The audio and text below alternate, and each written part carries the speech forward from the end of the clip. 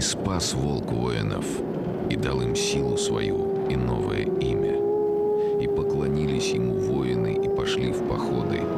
Многие народы покорили они, и всех нарекали тем именем.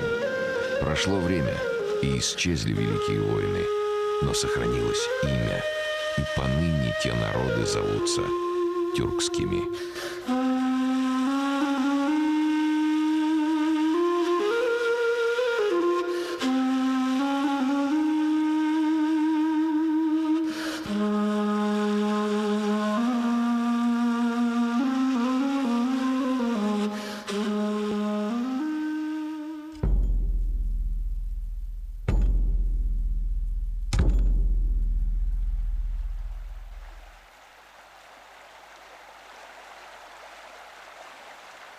Многие предполагают, что тюрки – это народ.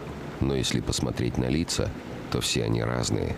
Не стоит искать антропологического сходства между тюркскими народами.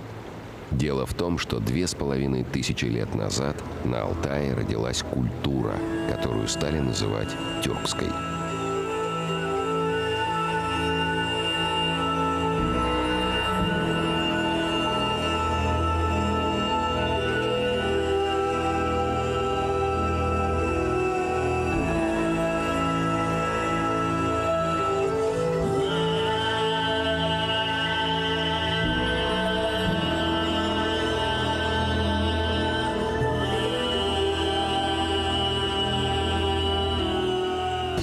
У слова «Алтай» есть несколько переводов, и каждый из них соответствует тому, что видишь. Алтай – это пестрые, золотые и величественные горы. Они формировались миллионы лет, вырастали из вулканов, уходили под землю, освобождались от древних морей. В горах хранятся несметные сокровища природы, а в земле – тайны человеческой цивилизации. Алтай принято считать родиной многих народов.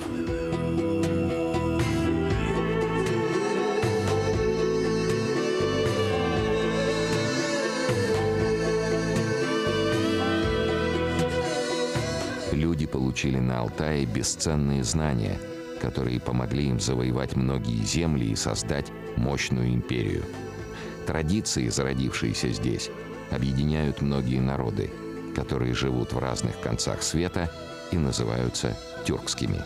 Дело в том, что Алтай, где сконцентрировалась эта культура, отличался уникальными природными свойствами. То есть природно-географические условия там сошлись, что называют. Там были условия для создания, для получения железа.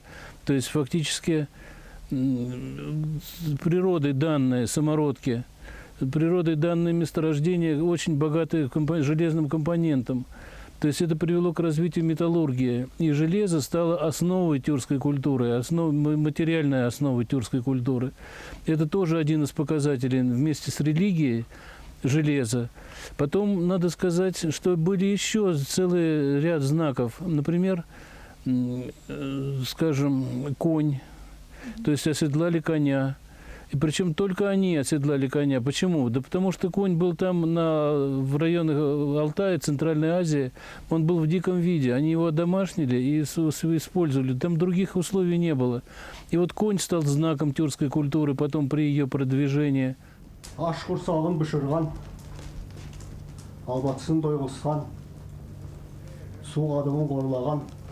На Алтае живут прямые потомки первых тюркских племен – алтайцы. Они до сих пор следуют многим древним обычаям. Например, если в Аиле, традиционном алтайском жилище, собралось много людей, самый уважаемый человек обязательно проводит обряд очищения. Для этого нужна веточка можжевельника. Алтайцы считают, что дым от этого растения изгоняет всякую злую силу. Совершив обряд очищения, старейшина обязательно кормит дух огня. В древние времена разжечь костер было сложно, поэтому его берегли. Угли брали с собой в походы. С тех времен огонь считается священным, и эту заповедь до сих пор чтут все тюркские народы. И обряд кормления духа огня на протяжении веков остается неизменным. В качестве угощений В костер бросают молоко и лепешки. После такого обряда можно любое дело начинать.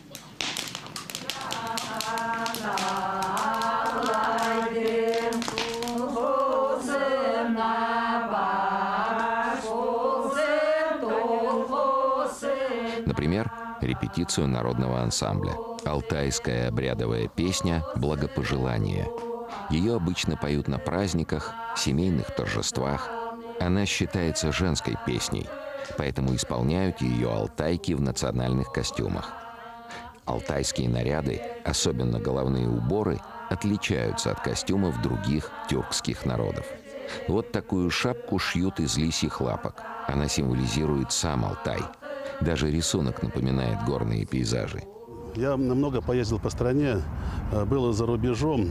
И вот такой первозданный природы, такого трепетного и нежного отношения людей, проживающих здесь, прежде всего коренного населения и людей других национальностей, в природе, конечно, это вызывает такое уважительное отношение.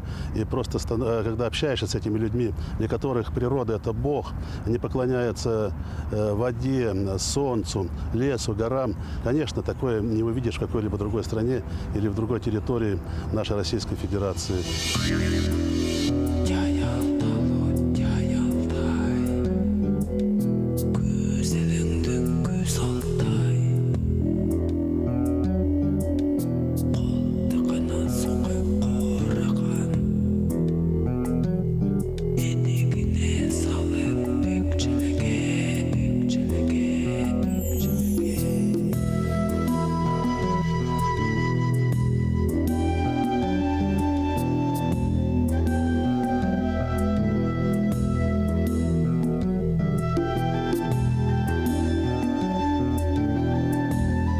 В Горном Алтае человек поселился более миллиона лет назад. Здесь существовали разные цивилизации – скифы, гунны, сарматы, тюрки. Их историю хранят многочисленные курганы. На Алтае есть целые долины древних захоронений. Большие и малые холмы за каменными оградами, рукотворные горы из камней. Все эти знаки говорят о том, что здесь покоится уважаемый человек скифской или более поздней тюркской эпохи. Ну, большой курган, как раз, который вы видите, это не тюркский, это как раз скифского периода курган.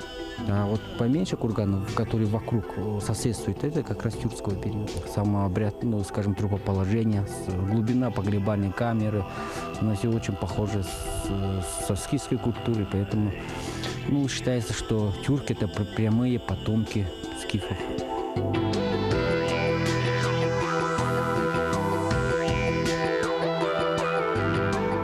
С одной стороны, курганы раскрывают тайны истории, а с другой задают новые загадки. Например, почему рядом со всеми тюркскими захоронениями стоят балбалы?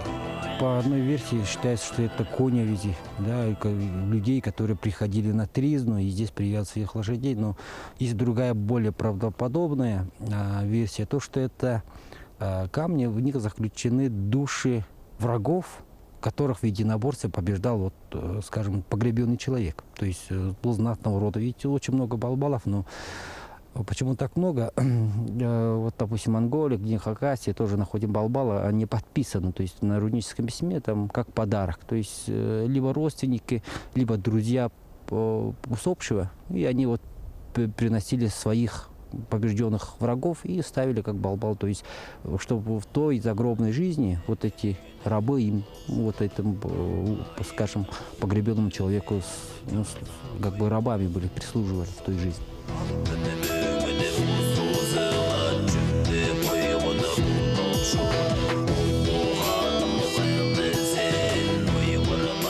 На Алтае тысячи курганов. Точного количества никто не назовет. Из раскрытых к тюркскому периоду относятся более 200 захоронений. Амыр – алтаец по происхождению и археолог по профессии. Несколько лет назад сам участвовал в раскопках, но потом отказался. Алтайцы верят, вскрыть могилу своего пращура значит проявить неуважение к нему. А ведь тюрки издавна поклонялись духам предков. Шаманизм и сегодня основная вера некоторых тюркских народов.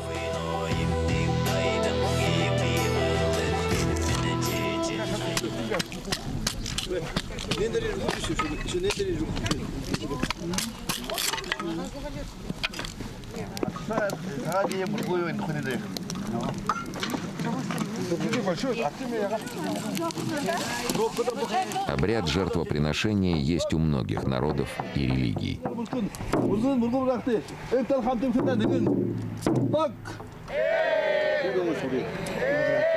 Последователи шаманизма считают, перерезать горло барану более жестоко, нежели остановить рукой сердце животного.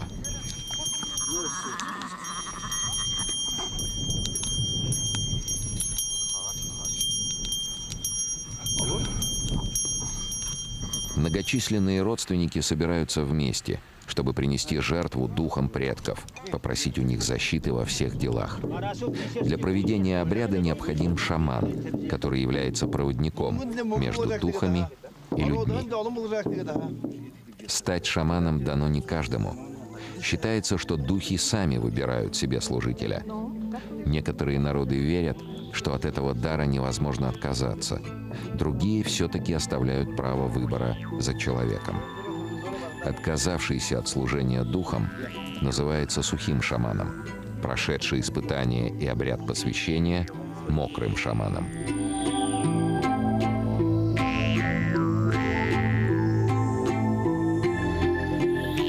Шаман избранником считается духовных сил, в принципе, с рождения. То есть нужно уже быть, да, шаманом. Это врожденные способности. Просто у некоторых они открываются раньше, у других позже. Да. И, собственно, это не от воли человека зависит. Да. Это зависит от воли более высоких духовных сил.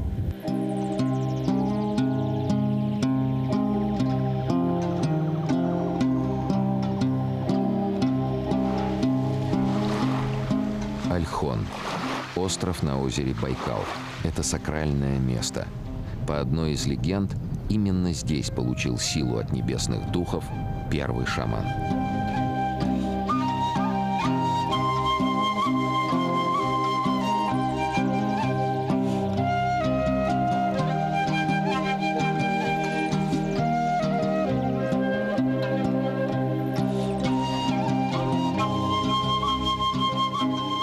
В данном месте остров Ольхон – это вообще самое культовое, самое священное место Байкала, самый священный остров.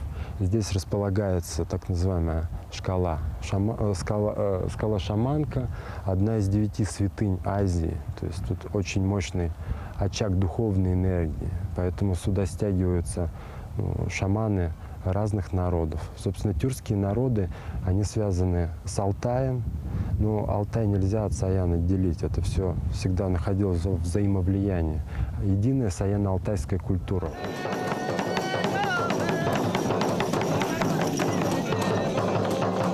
Ежегодно шаманы со всего мира собираются на Ольхоне, чтобы совершить массовое камлание, попросить у небесных духов благополучия для всего рода человеческого.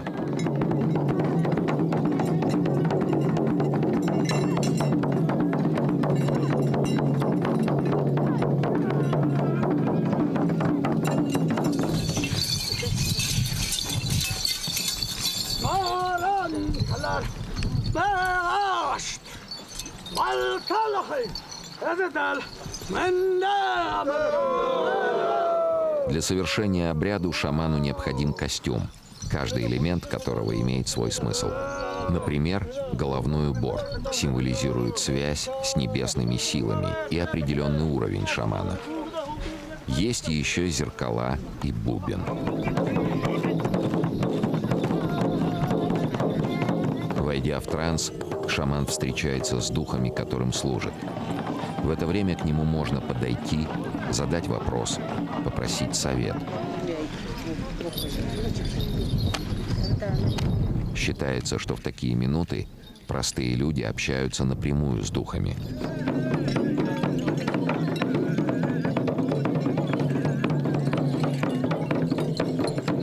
Духи могут помочь справиться с трудными жизненными ситуациями, болезнями. Врачи же занимаются лечением. Именно у них подход к физическому телу прежде всего. И, соответственно, они занимаются уровнем следствия уже как таковых. Да? Шаман занимается уровнем причин возникновения болезни. И поэтому нету никакого противоречия между шаманским целительством и вот официальной медициной. Всегда надо взаимодействие.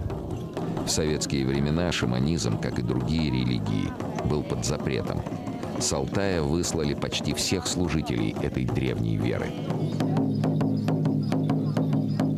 Сохранить традиции лучше всего удалось забайкальским бурятам и тувинцам.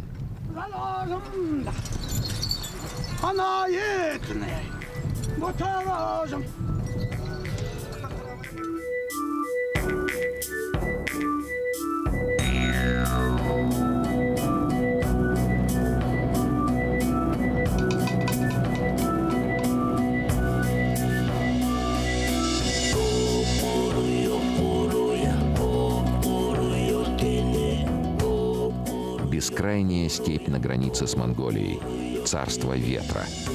Именно здесь находится священное место для алтайского шамана. Дорога сюда на машине занимает почти 2 часа, а иногда шаману приходится идти пешком. Но совершать обряды в другом месте он не имеет права. Духи накажут. Так что мороз и пургу алтайский шаман воспринимает как испытание, которое должен пройти, чтобы получить силы помогать другим. Своими горными духами, своими алтайскими, своими тувинскими, вот эти мои духи, с этими духами сейчас общался, чтобы зима, чтобы холод не был, чтобы эти в горах у наши дети, волки, эти архары, эти козероги, все эти, чтобы нормально были, чтобы мои люди, чтобы нормально жили, наши эти, народ, чтобы спокойно был.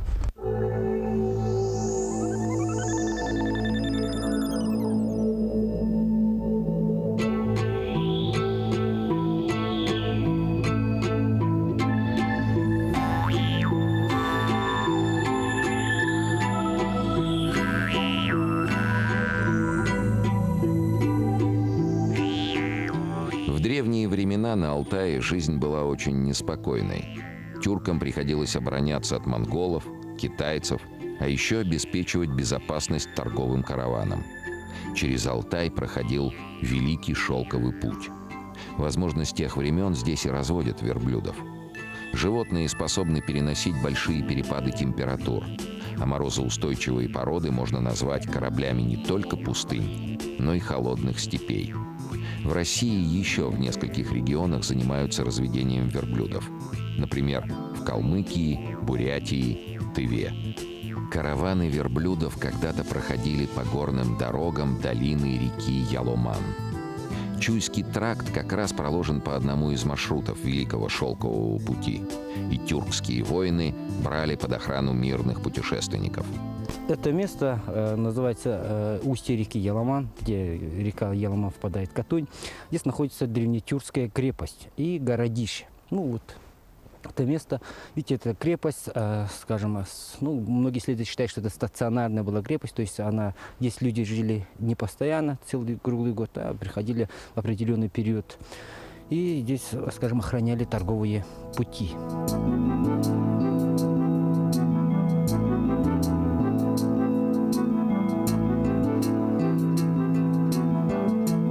От крепости почти ничего не осталось. Вот эта каменная круговая кладка – основа сторожевой башни. Тюркские городища – это еще одна загадка истории. Дело в том, что большие алтайские поселения практически не изучались. Ученые предполагают, что в устье реки Яломан могли жить до 2000 человек. Получается, что тюрки не только кочевники. Был у них опыт и оседлой жизни. Конечно, если провести какие раскопки, можно найти, наверное, и монеты, скажем, различных государств, если имело в то время, скажем, хождение валюты, так скажем, да. Вот эта крепость, видите, она просто не единичная крепость, она собой представляет целую систему крепостей. То есть это 3 крепости, одна находится повыше устья реки Яломан, другая находится там повыше по течению реки Чуи. И вот эти 3 крепости, они составляли собой целую линию оборонительных таких сооружений. Долина реки Яломан интересна еще и своим пейзажем, который отличается от привычных горных изломов.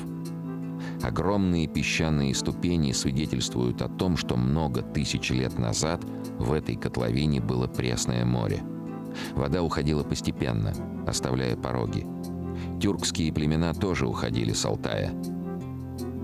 Воины расширяли границы империи, кузнецы искали новые залежи железа.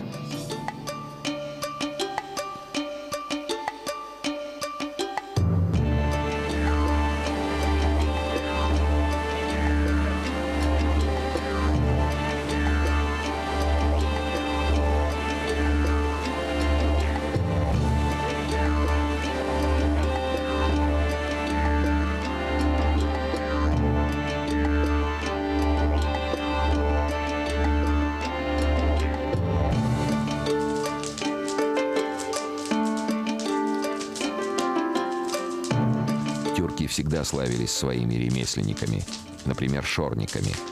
В старину это была очень почетная и прибыльная профессия. Мастера делали конскую упряжь и седла, необходимые для всадников. На родине тюрков, Алтае, шорники до сих пор уважаемые люди. И среди мастеров всегда много молодежи.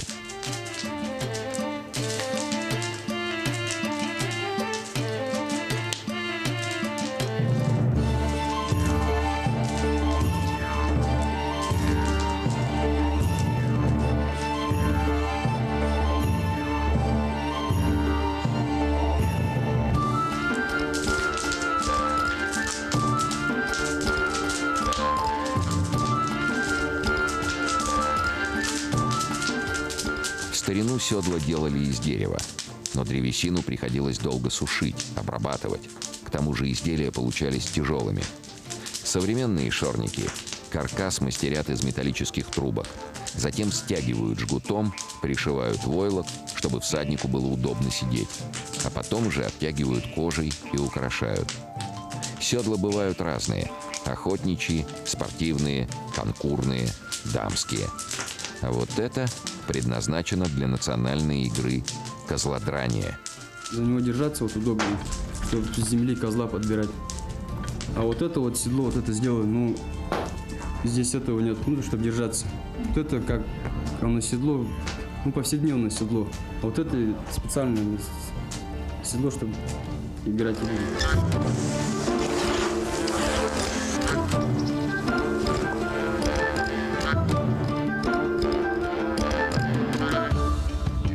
Делать седла – очень тяжелый труд.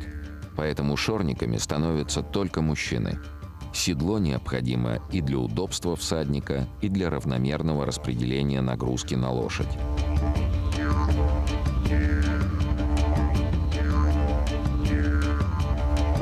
Расселение тюрков с Алтая и началось после того, как воины научились держаться в седле.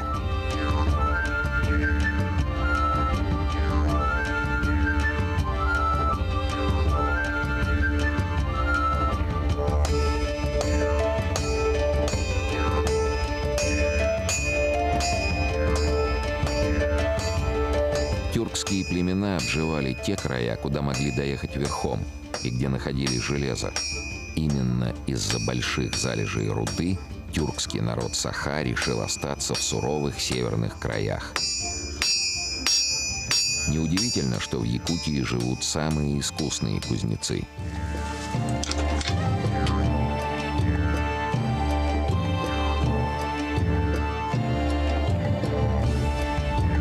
Национальный якутский нож в республике Саха есть у каждого мужчины. Без хорошего ножа, вот одними вот когтями, вот замерзшую землю как копать будешь, или лед как добывать будешь, или вообще на тебя нападет какой-нибудь зверь, медведь, волк, как защищаться будешь, как есть будешь мерзлую еду. Но вообще без ножа человека здесь нет. Человека нечего делать. Лезвие у якутского ножа не больше 25 сантиметров. С одной стороны обязательно сделан дол. Это жолоб, у которого много назначений. Одно из них – балансировка оружия. Мандар уверен, что настоящими кузнецами не становятся, а рождаются. Человек должен с малолетства чувствовать железо, уметь общаться с ним. Мягкое железо, которое, да, из него сделал нож, да, она в трудное время никогда не подводит, если ты с хорошими мыслями, добрыми мыслями сделал этот предмет, так?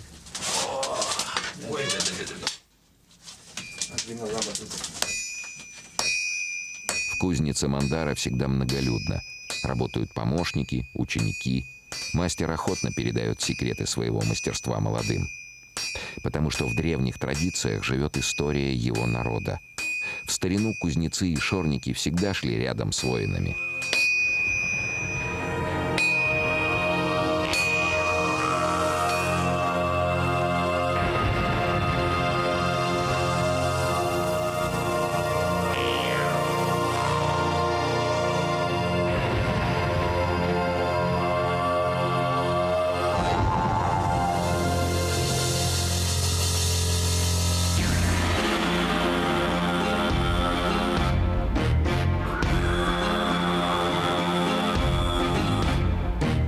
Расселение тюрков с Алтая происходило в несколько этапов, в разные века.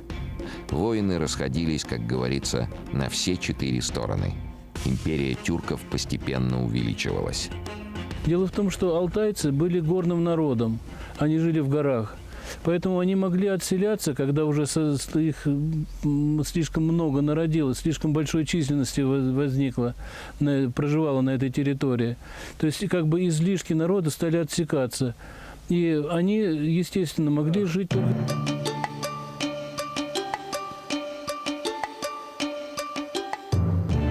Одна легенда гласит, что алтайский батыр вышел на поединок с монгольским силачом. На кон была поставлена свобода всех алтайцев. Дрались воины на поясах. Это борьба куреш.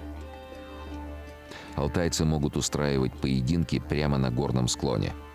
Ведь специальное покрытие есть не в каждом селе. Зато каждый населенный пункт обязательно воспитывает своих борцов.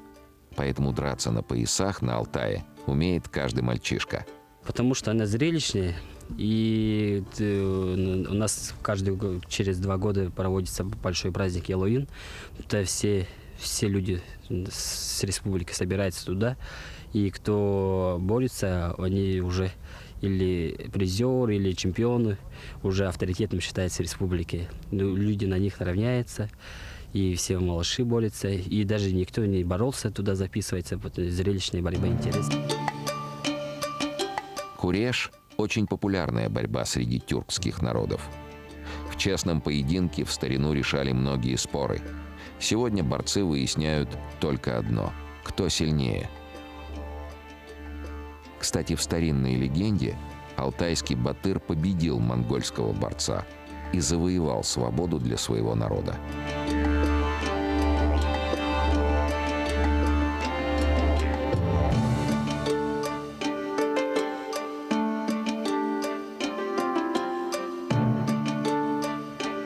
Алтай самой природой призван хранить самые ценные дары человечества.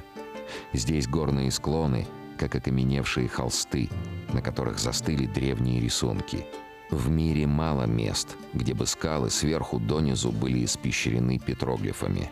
У нас есть 2 таких археологических комплекса этнографических. Это Калбакташ и Лагаш в Кашагальском районе, Лагаш и Калбакташ в Ингудайском районе. Там более 30 тысяч петроглифов, наскальных рисунков. Естественно, когда подходишь к ним, возникает такая неестественная дрожь, волнение, что этим рисункам многие-многие сотни лет.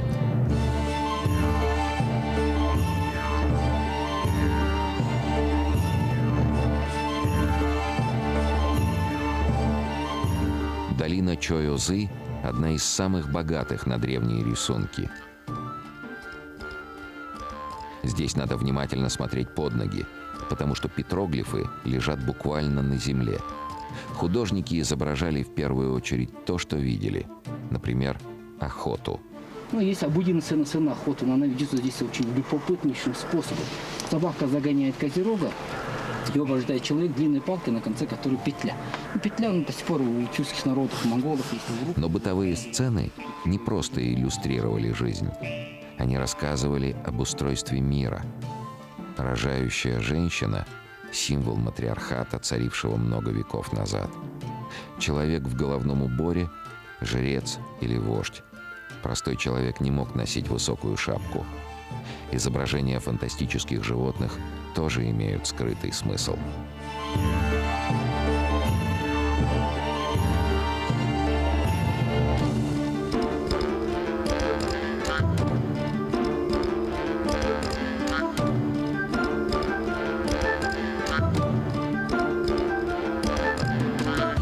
Это чудовище призвано пожирать души хороших людей, чтобы они переродились. Но если у человека было слишком много грехов, чудовище отправляло его в мир страданий. В старину люди приносили жертвы этому фантастическому существу. Многие из этих петроглифов появились гораздо раньше, чем сформировались тюрки. Но судя по тому, что древние картины остались, воинствующие кочевники умели ценить искусство. И рядом с древними картинами оставляли свои записи – руны. Тюркский язык, и он был записан рунами, то есть это его буквы. Они чем характерны? Они характерны в первую очередь тем, что это самая удобная оказалась, как самая удобная форма записи. Более совершенной записи человечество не придумало. То есть это компактность. Примерно на треть сокращается площадь письма за счет рун. И этим объясняется тот факт, что руны, они долго очень сохранялись. Рунопись была известна всем тюркским народам, но дольше других ею пользовались чуваши. В одной легенде говорится, что народ спрятал руны в вышивку.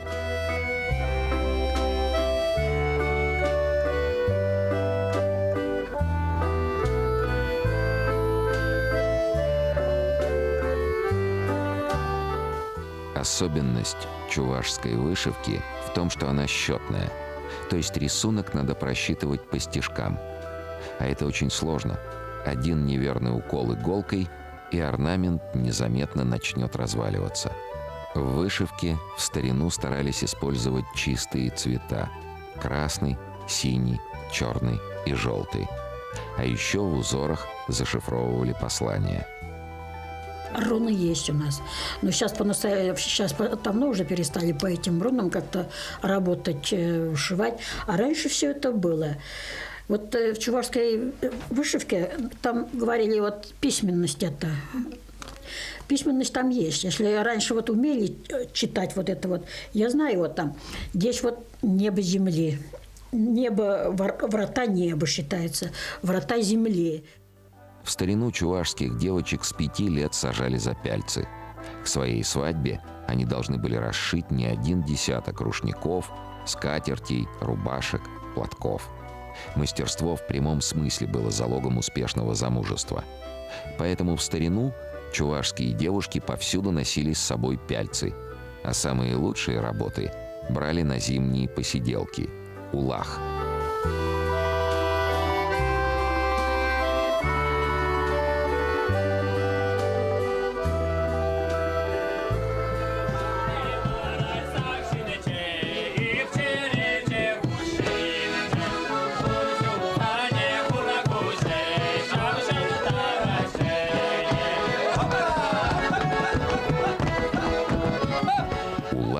Это вечеринки, которые организовывали девушки, чтобы вместе заниматься рукоделием. На эти посиделки обязательно приходили парни. Вместе молодежь устраивала веселье с играми и танцами.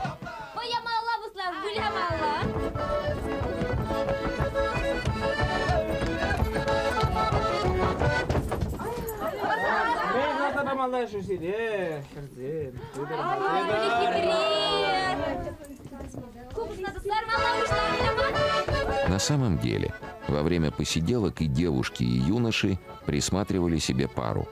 Парни оценивали красавиц по вышивкам. Расчет был прост. Если она успевает красиво вышивать, значит, в хозяйстве расторопно.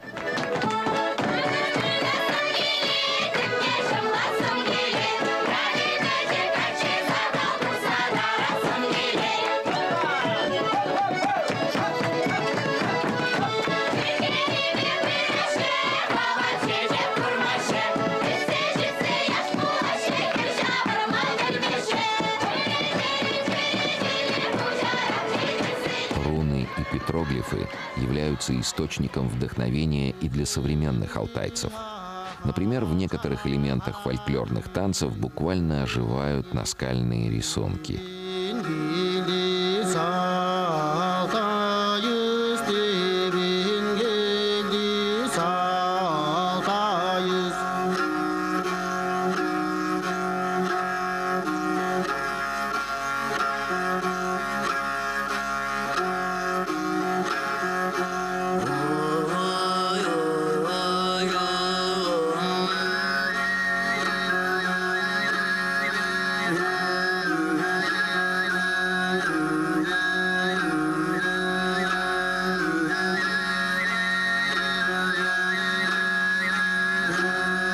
В национальных танцах отражаются и древние традиции народа. Например, у всех девушек длинные косы. В старину на Алтае длинные густые волосы были признаком красоты. Косы с помощью украшений удлиняли насколько возможно, а две косы символизировали счастливое замужество.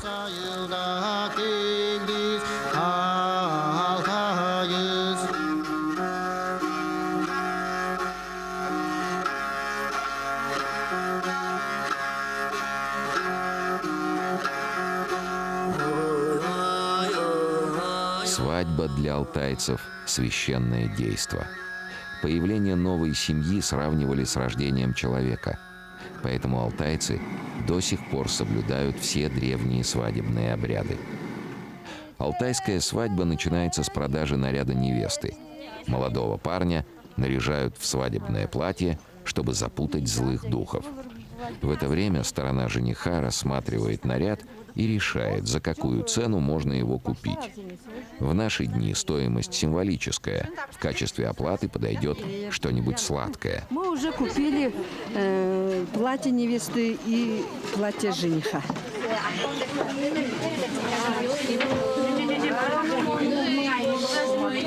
В этом национальном костюме, который называется чагедек, невеста будет проходить все алтайские обряды.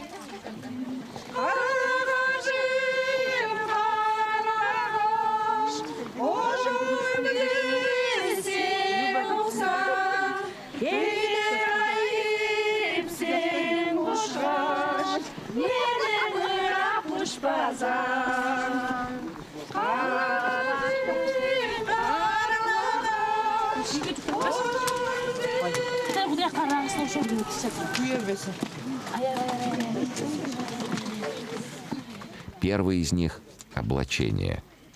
Невесту наряжают при всем честном народе. Правда, ее почти не видно. Она скрыта от чужих глаз свадебным покрывалом. В старину этот полог считался священным.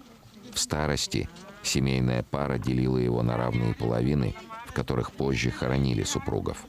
По традиции, за этой занавеской девушка проведет большую часть свадьбы. Даже жениху не сразу откроется. Алтайская женщина и сегодня следует многим древним обычаям, связанным с почитанием мужчин. Например, на свадьбе свекор объявляет невестке свои правила, которые она не смеет нарушать. В частности, может запретить произносить его имя, закрывать лицо при его появлении, не разговаривать при нем.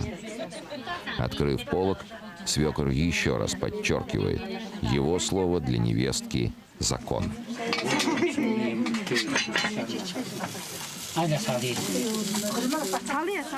Главный обряд, конечно, кормление огня. Он проходит около печи. Первой дары преподносит сторона жениха. Парень крутит по часовой стрелке блюдо с приготовленным бараном. Это своеобразное благословение будущей семьи. А старший из рода жениха в это время бросает в печь курдючный жир.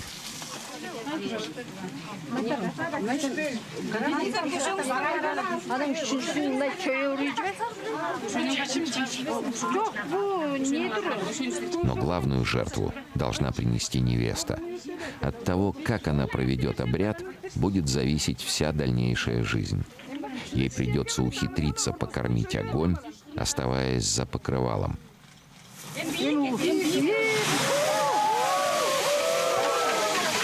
Высокое пламя – хороший знак. Значит, огонь принял жертву и благословил будущую семью. С этого момента невеста становится хозяйкой очага.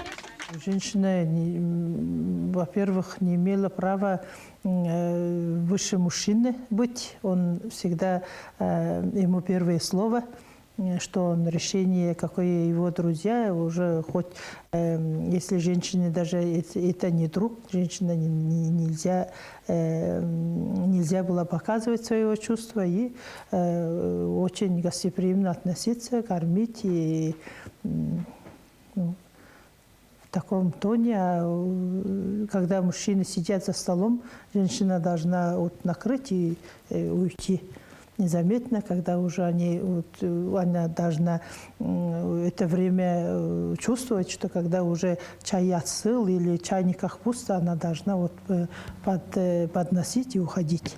Нельзя было путаться под ногами и громко говорить, хохотать, прямо в лицо мужчине смотреть и смеяться. Это было очень неприлично.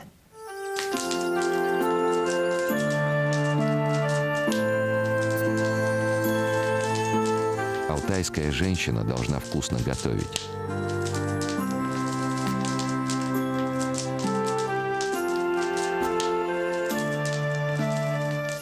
Баурсак – одно из основных блюд тюркской кухни. Баурсак – это булочки или хворост. Рецепт очень прост. Из муки, молока, соли, сахара и соды замешивают тесто, которое потом разрезают на кусочки.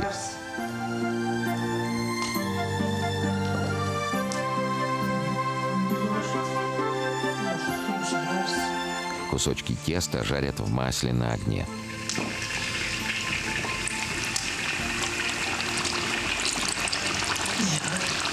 Получаются пышные булочки. По сути, это алтайский вариант чак-чака. Баурсак – это универсальное блюдо. Его можно подать и к мясу, и к чаю, на десерт. А главное, его можно быстро приготовить в походных условиях. Именно кухня объединяет все тюркские народы.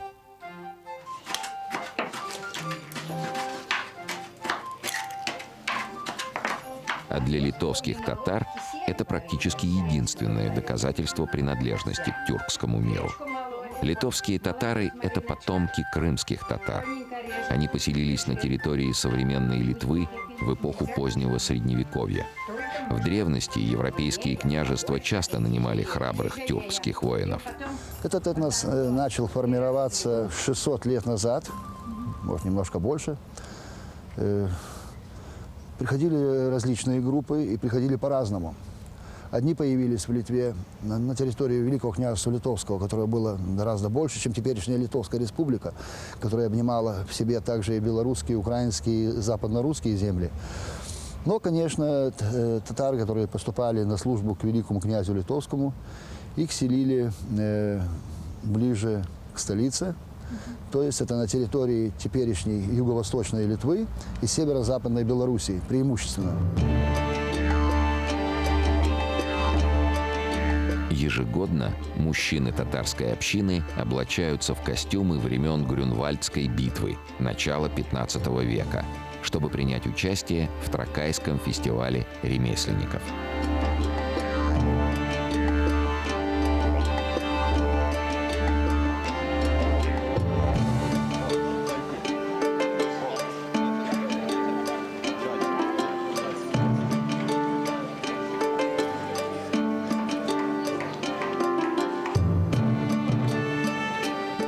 Тракайский замок когда-то был центром Великого княжества Литовского.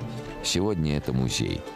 На фестивале сюда съезжаются представители практически всех народов, проживающих в Литве. И в замок возвращается Средневековье. Сегодня в Литве проживают два тюркских народа – татары и караимы. Кстати, Тракай считается караимским городом. Караимы по традиции до сих пор строят дома, у которых на улице выходят 3 окна – для Бога, семьи и великого князя Литовского. Караимы сумели сохранить свой язык, а вот литовские татары забыли тюркскую речь. И вот здесь это был очень сложный такой в историческом плане срез времени, который позволил людям выжить, но при условии потери чего-то родного. То есть они вынуждены были становиться незаметными. И вот в этом отношении очень показательно, что в тюркском языке есть пословица «Среди чужих стань лягушкой», чтобы тебя не заметили, чтобы ты не выделялся ничем. И вот поэтому они вынуждены были забыть язык, но они помнят, что они тюрки. В Литве около 4000 татар. Большая часть общины живет в селе 40 татар. К сожалению, восстановить древний язык они не могут, поэтому очень бережно хранят то немногое, что доказывает их принадлежность к тюркскому миру. Например, традиционные блюда. Вареники с разными начинками есть у многих тюркских народов. Литовские татары, следуя традициям предков, делают вареники с мясом. Для начинки используют рубленый фарш. Вареники – главное угощение литовских татар, поэтому на праздники их лепят всем селом. За работой хозяйки, конечно, поют, но либо на литовском, либо на русском языке.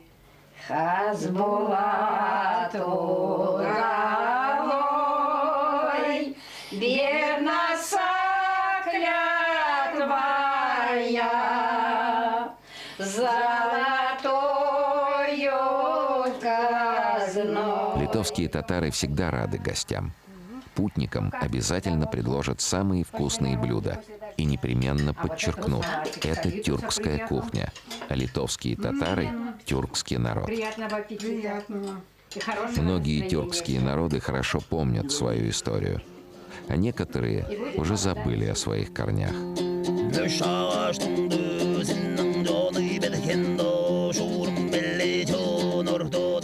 Алтайцы – одни из главных хранителей древних традиций, поэтому очень трепетно относятся к обычаям своих предков, к тем богатствам, которые им достались от первых тюркских племен.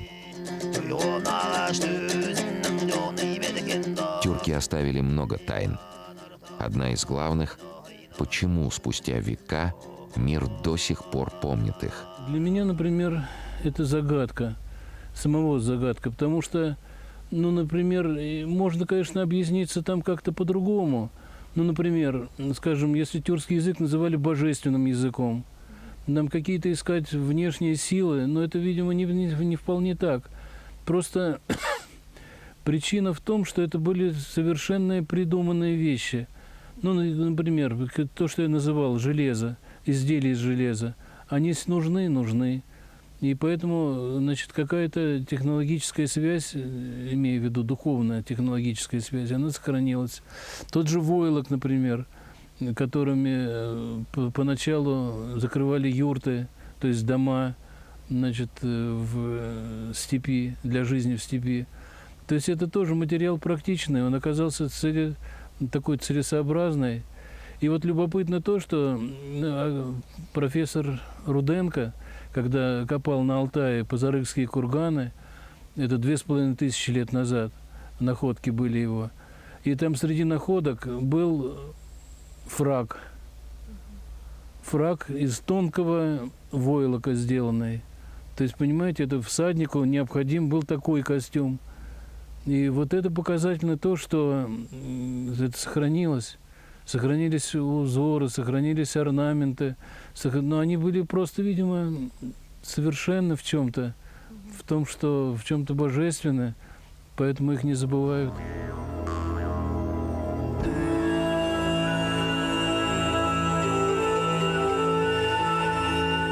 Тюркская империя, как древнее море, вода которого давным-давно ушла, оставив сказочные рельефы дна. И вроде города песчаные, а стихиям и времени не подвластны. Словно природа признала свое творение совершенным и теперь хранит его. Так и тюрки.